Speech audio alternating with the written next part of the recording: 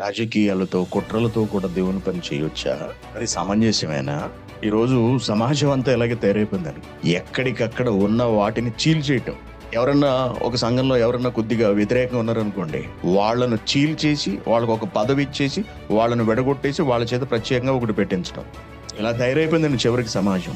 సంఘము అనే భావన పోయింది, సమాజం అనే భావన పోయింది. ఆహా, నీకు ఫలానా వాడితో పడట్లేదా? లేదా నీకు వాక్యోపదేశకుడితోనే నీకు గొడవలు ఉన్నాయా? అతనికి నీకు పడట్లేదా? ఎందుకు పడట్లేదు? మాకు పాట ఇవ్వలేదు, నేను మెసేజ్ చెప్తున్నట్టు నాకు అవకాశం ఇవ్వలేదు, నేను సెమినార్లో మాట్లాడుతుంటే నాకు అవకాశం లేదు, కాబట్టి అసలు ఈ సంఘం ఎలా ఉంటుందో నేను చూస్తాను, నాకు ఇవ్వంది ఎలా నిలబడుతుందో నేను చూస్తాను, నేనే తెచ్చుకుంటాను సెపరేట్గా అని చెప్పి రకరకాల రాజకీయాలు, రకరకాల ఫిర్యాదులు, రకరకాల ప్రయత్నాలు చేసి ఓకే కొంతమంది జనాల్ని కూడగట్టి తిరుగుబాటు చేయడం. ఆ తిరుగుబాటును ప్రోత్సహించే వాళ్ళు ఉంటారు, మళ్ళీ తిరుగుబాటును సమ్మతించేవాళ్ళు. ఇదిగో మీరు ఒకటి పెట్టేసుకోండి, తర్వాత ఇంకొకరు తిరుగుబాటు చేస్తారు, మళ్ళీ మీరు కూడా ఇంకోటి పెట్టేసుకోండి. అప్పుడు దానిలోంచి ఇంకొంతమంది బయలుదేరుతారు తిరుగుబాటుదారులు. ఎందుకంటే తిరగబడే స్వభావం ఉన్నవాడు ఎక్కడా కుదురుగా ఉండలేడు. దురాశలు కలిగిన వాళ్ళు ఎక్కడా తిన్నగా ఉండలేరు. దురాశలు వాళ్ళని పొడి చేసి